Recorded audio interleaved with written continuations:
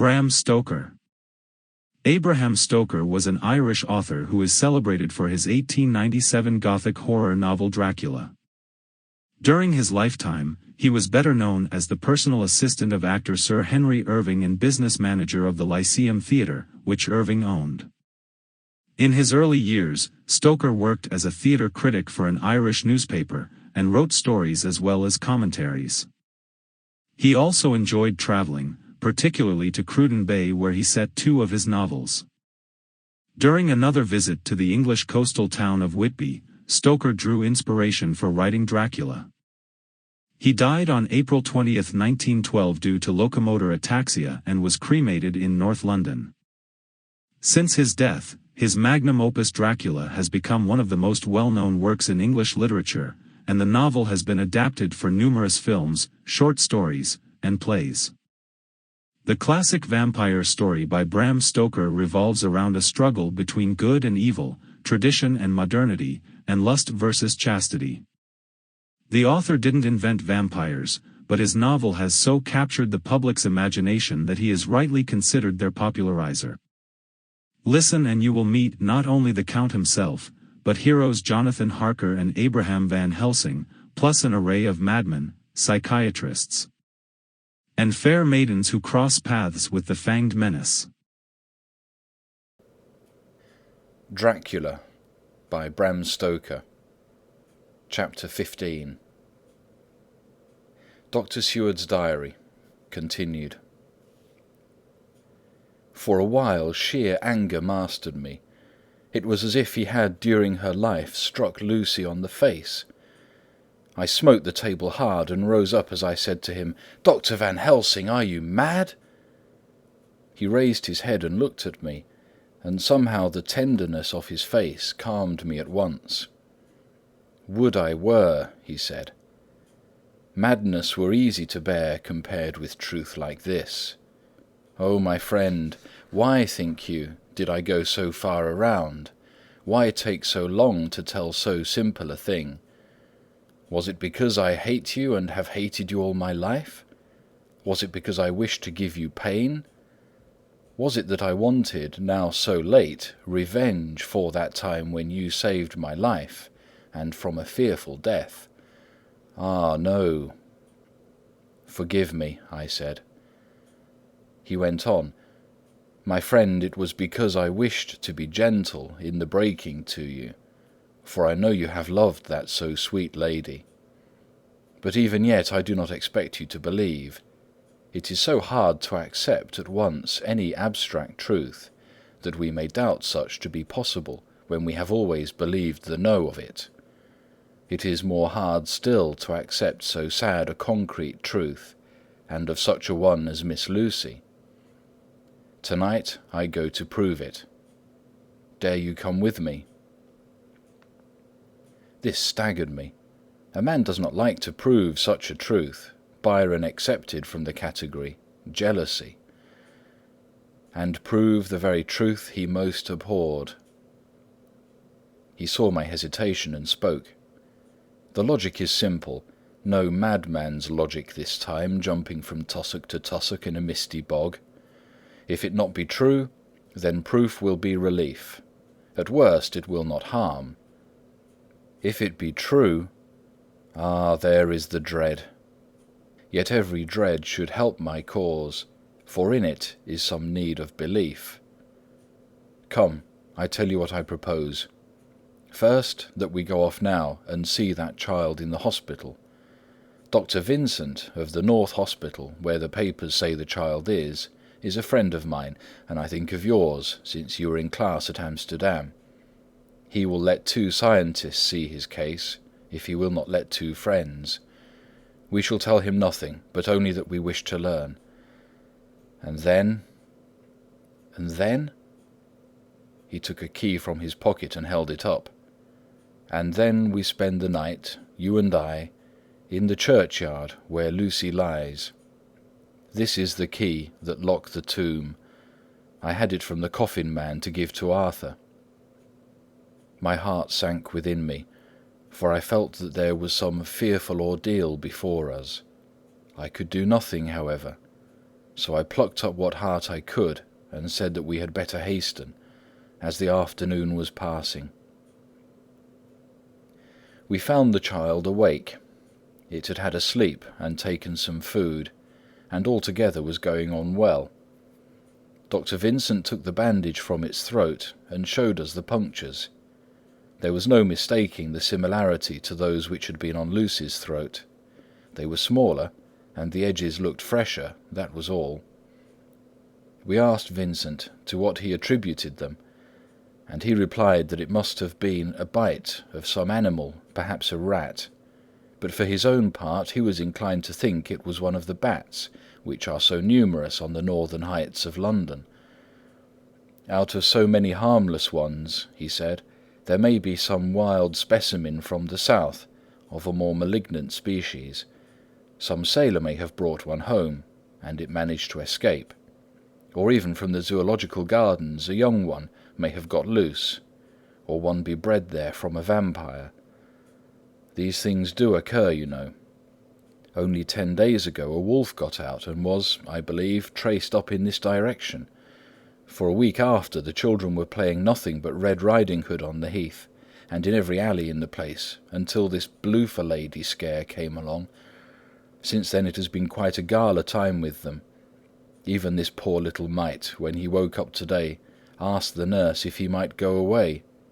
When she asked him why he wanted to go, he said he wanted to play with the Bloofer lady.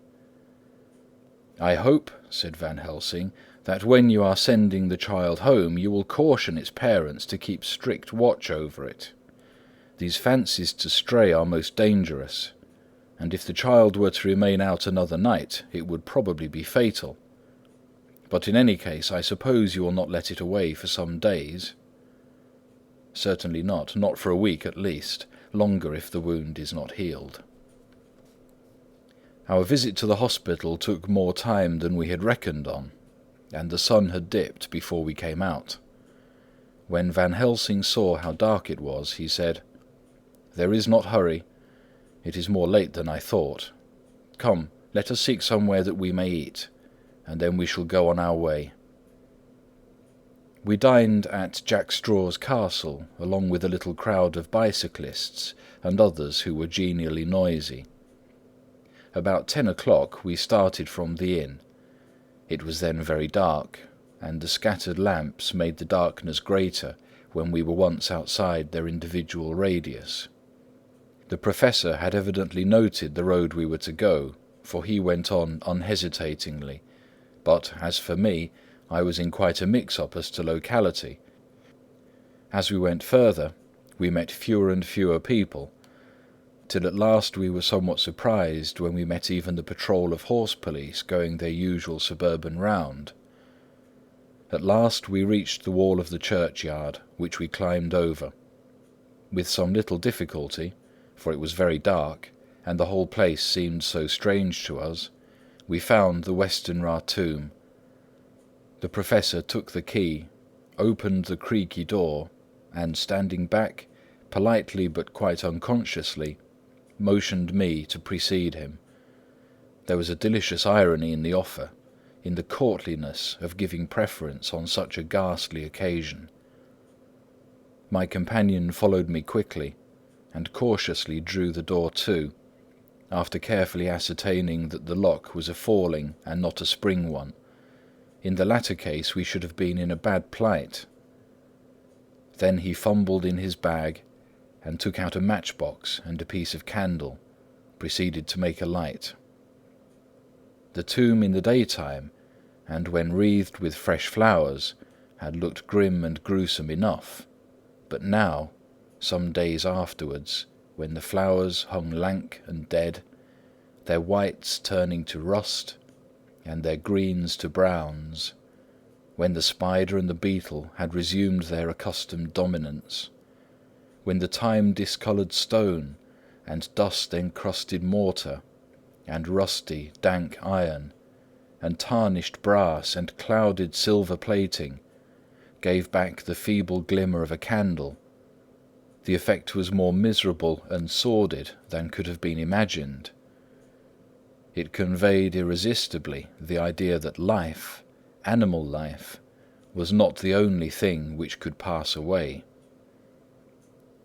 Van Helsing went about his work systematically, holding his candle so that he could read the coffin plates, and so holding it that the sperm dropped in white patches which congealed as they touched the metal.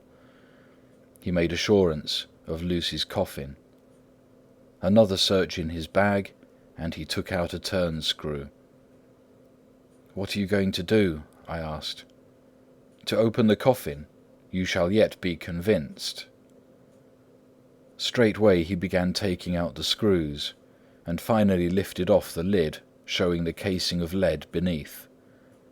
The sight was almost too much for me. It seemed to be as much an affront to the dead as it would have been to have stripped off her clothing in her sleep whilst living. I actually took hold of his hand to stop him. He only said, "You shall see," and again fumbling in his bag took out a tiny fret saw. Striking the turn screw through the lead with a swift downward stab which made me wince, he made a small hole, which was, however, big enough to admit the point of the saw. I had expected a rush of gas from the weak old corpse. We doctors, who have had to study our dangers, have to become accustomed to such things, and I drew back towards the door.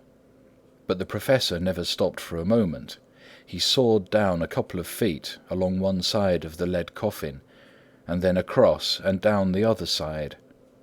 Taking the edge of the loose flange, he bent it back towards the foot of the coffin, and holding up the candle into the aperture, motioned me to look. I drew near and looked. The coffin was empty. It was certainly a surprise to me and gave me a considerable shock, but Van Helsing was unmoved. He was now more sure than ever of his ground, and so emboldened to proceed in his work. "Are you satisfied now, friend John?" he asked. I felt all the dogged argumentativeness of my nature awake within me as I answered him. "I am satisfied that Lucy's body is not in that coffin, but that only proves one thing." "And what is that, friend John?" "That it is not there." "That is good logic," he said, "so far as it goes.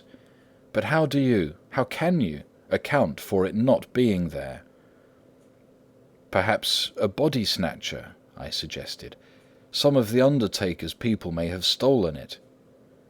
I felt that I was speaking folly, and yet it was the only real cause which I could suggest. The Professor sighed. "Ah well," he said, "we must have more proof. Come with me." He put on the coffin lid again, gathered up all his things and placed them in the bag, blew out the light and placed the candle also in the bag. We opened the door and went out. Behind us he closed the door and locked it. He handed me the key, saying, "Will you keep it? You had better be assured." I laughed. It was not a very cheerful laugh, I am bound to say, as I motioned him to keep it. "A key is nothing," I said. "There are many duplicates, and anyhow it is not difficult to pick a lock of this kind." He said nothing, but put the key in his pocket. Then he told me to watch at one side of the churchyard, whilst he would watch at the other. I took up my place behind a yew tree, and I saw his dark figure move until the intervening headstones and trees hid it from my sight. It was a lonely vigil. Just after I had taken my place, I heard a distant clock strike 12, and in time came 1 and 2.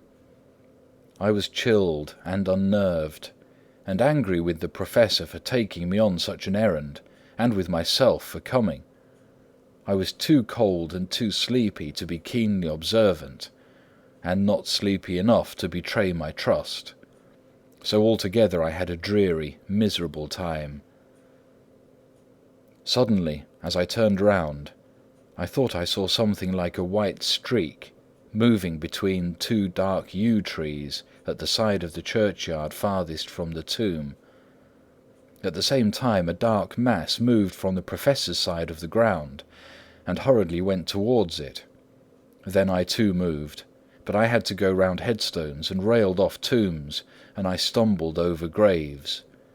The sky was overcast, and somewhere far off an early cock crew.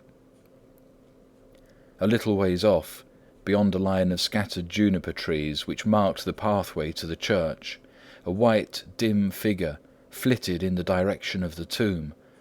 The tomb itself was hidden by trees, and I could not see where the figure had disappeared. I heard the rustle of actual movement where I had first seen the white figure, and coming over, found the professor holding in his arms a tiny child. When he saw me, he held it out to me and said, "Are you satisfied now?" "No," I said, in a way that I felt was aggressive. "Do you not see the child?" "Yes, it is a child, but who brought it here? And is it wounded?" "We shall see," said the professor, and with one impulse we took our way out of the churchyard, he carrying the sleeping child. When we had got some little distance away, we went into a clump of trees and struck a match, and looked at the child's throat. It was without a scratch or scar of any kind. "Was I right?" I asked triumphantly. "We were just in time," said the professor thankfully. We had now to decide what we were to do with the child, and so consulted about it. If we were to take it to a police station, we should have to give some account of our movements during the night.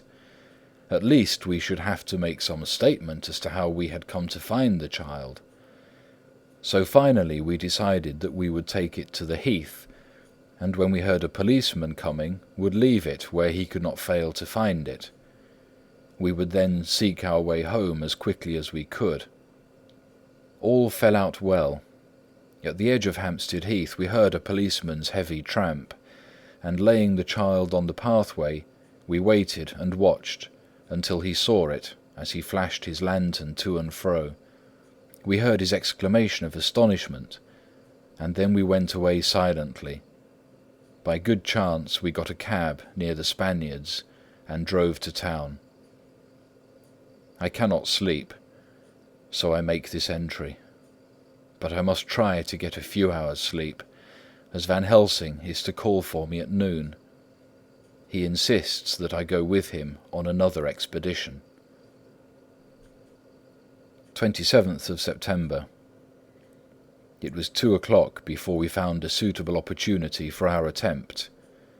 The funeral held at noon was all completed, and the last stragglers of the mourners had taken themselves lazily away, when, looking carefully from behind a clump of alder trees, we saw the sexton lock the gate after him. We knew that we were safe till the morning, did we desire it, but the professor told me that we should not want more than an hour at most. Again I felt that horrid sense of the reality of things, in which any effort of imagination seemed out of place, and I realized distinctly the perils of the law which we were incurring in our unhallowed work. Besides, I felt it was all so useless. Outrageous as it was to open a leaden coffin to see if a woman dead nearly a week were really dead, it now seemed the height of folly to open the tomb again when we knew, from the evidence of our own eyesight, that the coffin was empty. I shrugged my shoulders, however, and rested silent, for Van Helsing had a way of going on his own road, no matter who remonstrated. He took the key, opened the vault, and again courteously motioned me to proceed. The place was not so gruesome as last night, but oh, how unutterably mean-looking when the sunshine streamed in. Van Helsing walked over to Lucy's coffin, and I followed. He bent over, and again forced back the leaden flange, and a shock of surprise and dismay shot through me. There lay Lucy, seemingly just as we had seen her the night before her funeral. She was, if possible, more radiantly beautiful than ever, and I could not believe that she was dead. The lips were red, nay, redder than before, and on the cheeks was a delicate bloom. "Is this a juggle?"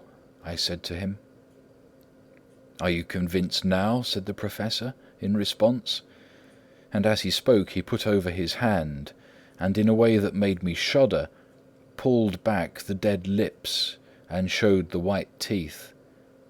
"See," he went on, "they are even sharper than before. With this and this," and he touched one of the canine teeth and that below it, "the little children can be bitten. Are you of belief now, friend John?" Once more argumentative hostility woke within me. I could not accept such an overwhelming idea as he suggested. So, with an attempt to argue, of which I was even at the moment ashamed, I said, "She may have been placed here since last night." "Indeed? That is so, and by whom?" "I do not know. Someone has done it." "And yet she has been dead 1 week. Most peoples in that time would not look so." I had no answer for this, so was silent.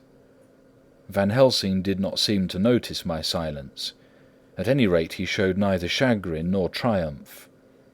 He was looking intently at the face of the dead woman, raising the eyelids and looking at the eyes, and once more opening the lips and examining the teeth. Then he turned to me and said, "Here there is one thing which is different from all recorded. Here is some dual life that is not as the common. She was bitten by the vampire when she was in a trance, sleepwalking. Oh, you start! You do not know that, friend John, but you shall know it later. And in trance could he best come to take more blood. In trance she dies, and in trance she is undead too. So it is that she differ from all other. Usually when the undead sleep at home," as he spoke he made a comprehensive sweep of his arm to designate what to a vampire was home, "their face show what they are. But this so sweet that was when she not undead, she go back to the nothings of the common dead. There is no malign there, see, and so it make hard that I must kill her in her sleep." This turned my blood cold, and it began to dawn upon me that I was accepting Van Helsing's theories. But if she were really dead, what was there of terror in the idea of killing her? He looked up at me, and evidently saw the change in my face, for he said almost joyously, "Ah, you believe now!" I answered, "Do not press me too hard all at once. I am willing to accept. How will you do this bloody work?" "I shall cut off her head and fill her mouth with garlic, and I shall drive a stake through her body." It made me shudder to think of so mutilating the body of the woman whom I had loved. And yet the feeling was not so strong as I had expected. I was, in fact, beginning to shudder at the presence of this being, this undead as Van Helsing called it, and to loathe it. Is it possible that love is all subjective, or all objective? I waited a considerable time for Van Helsing to begin, but he stood as if wrapped in thought. Presently he closed the catch of his bag with a snap and said, "I have been thinking and have made up my mind as to what is best. If I did simply follow my inclining, I would do now at this moment what is to be done. But there are other things to follow, and things that are 1,000 times more difficult, in that them we do not know. This is simple: she have yet no life taken, though that is of time, and to act now would be to take danger from her forever. But then we may have to want Arthur, and how shall we tell him of this? If you, who saw the wounds on Lucy's throat, and saw the wounds so similar on the child's at the hospital, if you, who saw the coffin empty last night, and full to-day, with a woman who have not change, only to be more rose and more beautiful in a whole week after she die, if you know of this, and know of the white figure last night that brought the child to the churchyard, and yet of your own senses you did not believe, how then can I expect Arthur, who know none of those things, to believe? He doubted me when I took him from her kiss when she was dying. I know he has forgiven me because in some mistaken idea I have done things that prevent him say good-bye as he ought. And he may think that in some more mistaken idea this woman was buried alive, and that in most mistake of all we have killed her. He will then argue back that it is we, mistaken ones, that have killed her by our own ideas, and so he will be much unhappy always. Yet he never can be sure, and that is the worst of all. And he will sometimes think that she he loved was buried alive, and that will paint his dreams with horrors of what she must have suffered. And again he will think that we may be right, and that his so beloved was after all an undead. No, I told him once, and since then I learn much. Now, since I know it is all true, 100,000 times more do I know that he must pass through the bitter waters to reach the sweet. He, poor fellow, must have 1 hour that will make the very face of heaven grow black to him. Then we can act for good all round and send him peace. My mind is made up. Let us go. You return home for tonight to your asylum, and see that all be well. As for me, I shall spend the night here in this churchyard in my own way. Tomorrow night you shall come to me to the Berkeley Hotel at 10 of the clock. I shall send for Arthur to come too, and also that so fine young man of America that gave his blood. Later we shall all have work to do. I come with you so far as Piccadilly, and there dine, for I must be back here before the sun set. So we locked the tomb and came away, and got over the wall of the churchyard, which was not much of a task, and drove back to Piccadilly. Note left by Van Helsing in his portmanteau, Berkeley Hotel, directed to John Seward, M.D., not delivered. 27th September. Friend John, I write this in case anything should happen. I go alone to watch in that churchyard. It pleases me that the undead, Miss Lucy, shall not leave tonight, so that on the morrow night she may be more eager. Therefore I shall fix some things she like not, garlic and a crucifix, and so seal up the door of the tomb. She is young as undead, and will heed. Moreover, these are only to prevent her coming out. They may not prevail on her wanting to get in, for then the undead is desperate, and must find the line of least resistance whatsoever it may be. I shall be at hand all the night from sunset till after sunrise, and if there be aught that may be learned, I shall learn it. For Miss Lucy, or from her, I have no fear, but that other, to whom is there that she is undead, he have not the power to seek her tomb and find shelter. He is cunning, as I know from Mr. Jonathan, and from the way that all along he have fooled us when he played with us for Miss Lucy's life, and we lost, and in many ways the undead are strong. He have always the strength in his hand of 20 men, even we 4 who gave our strength to Miss Lucy, it also is all to him. Besides, he can summon his wolf, and I know not what. So if it be that he come hither on this night, he shall find me, but none other shall, until it be too late. But it may be that he will not attempt the place. There is no reason why he should. His hunting ground is more full of game than the churchyard where the undead woman sleeps, and the one old man watch. Therefore I write this in case.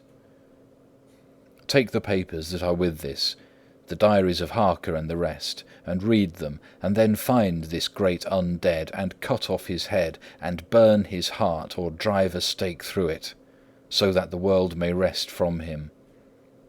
If it be so, farewell. Van Helsing. Dr. Seward's Diary, 28th of September. It is wonderful what a good night's sleep will do for one.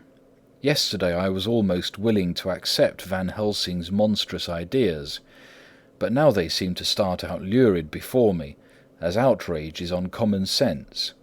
I have no doubt that he believes it all. I wonder if his mind can have become in any way unhinged. Surely there must be some rational explanation of all these mysterious things. Is it possible that the Professor can have done it himself? He is so abnormally clever that if he went off his head, he would carry out his intent with regard to some fixed idea in a wonderful way.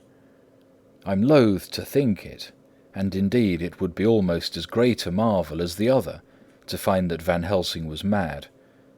But anyhow, I shall watch him carefully. I may get some light on the mystery. 29th of September. Last night, at a little before 10 o'clock, Arthur and Quincy came into Van Helsing's room. He told us all what he wanted us to do, but especially addressing himself to Arthur, as if all our wills were centred in his. He began by saying that he hoped we would all come with him too. "For," he said, "there is a grave duty to be done there. You were doubtless surprised at my letter." This query was directly addressed to Lord Godalming. "I was. It rather upset me for a bit. There has been so much trouble around my house of late that I could do without any more. I have been curious too as to what you mean. Quincy and I talked it over, but the more we talked, the more puzzled we got, till now I can say for myself that I'm about up a tree as to any meaning about anything." "Me too," said Quincey Morris laconically. "Oh," said the Professor, "then you are nearer the beginning, both of you, than friend John here, who has to go a long way back before he can ever get so far as to begin." It was evident that he recognized my return to my old doubting frame of mind, without my saying a word. Then, turning to the other two, he said with intense gravity, "I want your permission to do what I think good this night. It is, I know, much to ask, and when you know what it is I propose to do, you will know, and only then how much. Therefore may I ask that you promise me in the dark, so that afterwards, though you may be angry with me for a time, I must not disguise from myself the possibility that such may be, you shall not blame yourselves for anything." "That's frank anyhow," broke in Quincy. "I'll answer for the Professor. I don't quite see his drift, but I swear he's honest, and that's good enough for me." "I thank you, sir," said Van Helsing proudly.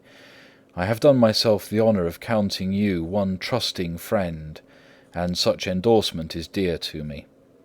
He held out a hand, which Quincy took. Then Arthur spoke out. "Dr. Van Helsing, I don't quite like to buy a pig in a poke, as they say in Scotland, and if it be anything in which my honour as a gentleman, or my faith as a Christian, is concerned, I cannot make such a promise. If you can assure me that what you intend does not violate either of these two, then I give my consent at once, though for the life of me I cannot understand what you're driving at." "I accept your limitation," said Van Helsing, "and all I ask of you is that if you feel it necessary to condemn any act of mine, you will first consider it well, and be satisfied that it does not violate your reservations." "Agreed," said Arthur. "That is only fair. And now that the pourparlers are over, may I ask what it is we are to do?" "I want you to come with me, and to come in secret, to the churchyard at Kingstead." Arthur's face fell as he said in an amazed sort of way, "Where poor Lucy is buried?" The Professor bowed. Arthur went on, "And when there?" "To enter the tomb." Arthur stood up. "Professor, are you in earnest? Or is it some monstrous joke?" "Pardon me, I see that you are in earnest." He sat down again, but I could see that he sat firmly and proudly, as one who is on his dignity. There was silence until he asked again, "And when in the tomb?" "To open the coffin." "This is too much," he said, angrily rising again. "I'm willing to be patient in all things that are reasonable, but in this desecration of the grave, of one who—" He fairly choked with indignation. The Professor looked pityingly at him. "If I could spare you one pang, my dear friend," he said, "God knows I would.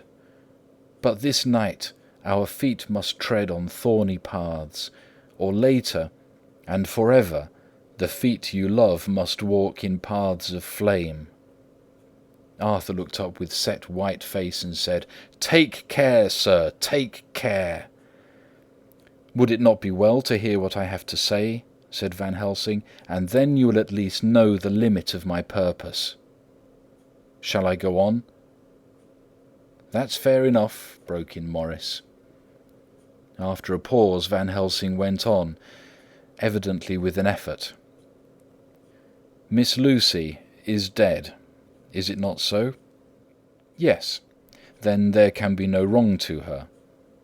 But if she is not dead—" Arthur jumped to his feet. "Good God!" he cried. "What do you mean? Has there been any mistake? Has she been buried alive?" He groaned in anguish that not even hope could soften.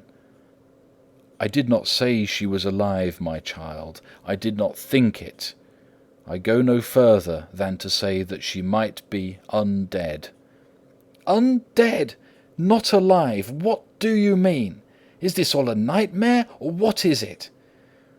"There are mysteries which men can only guess at, which age by age they may solve only in part. Believe me, we are now on the verge of one. But I have not done. May I cut off the head of dead Miss Lucy?" "Heavens and earth, no!" cried Arthur in a storm of passion. "Not for the wide world will I consent to any mutilation of her dead body. Dr. Van Helsing, you try me too far. What have I done to you, that you should torture me so? What did that poor, sweet girl do, that you should want to cast such dishonour on her grave? Are you mad, that you speak such things? Or am I mad to listen to them? Don't dare think more of such a desecration. I shall not give my consent to anything you do. I have a duty to do in protecting her grave from outrage, and by God I shall do it." Van Helsing rose up from where he had all the time been seated, and said, gravely and sternly, "My Lord Godalming, I, too, have a duty to do. A duty to others, a duty to you, a duty to the dead, and by God, I shall do it. All I ask you now is that you come with me, that you look and listen, and if, when later I make the same request, you do not be more eager for its fulfilment even than I am, then I shall do my duty, whatever it may seem to me. And then, to follow your lordship's wishes, I shall hold myself at your disposal, to render an account to you, when and where you will." His voice broke a little, and he went on with a voice full of pity. "But I beseech you, do not go forth in anger with me. In a long life of acts which were often not pleasant to do, and which sometimes did wring my heart, I have never had so heavy a task as now. Believe me, that if the time come for you to change your mind towards me, one look from you will wipe away all this so sad hour, for I would do what a man can to save you from sorrow. Just think, for why should I give myself so much labour and so much of sorrow? I have come here from my own land to do what I can of good, at the first to please my friend John, and then to help a sweet young lady whom too I come to love. For her I am ashamed to say so much, but I say it in kindness. I gave what you gave, the blood of my veins. I gave it. I who was not, like you, her lover, but only her physician and her friend. I gave her my nights and days, before death, after death. And if my death can do her good even now, when she is the dead undead, she shall have it freely." He said this with a very grave, sweet pride, and Arthur was much affected by it. He took the old man's hand and said in a broken voice, "Oh, it is hard to think of it, and I cannot understand, but at least I shall go with you and wait." End of chapter 15.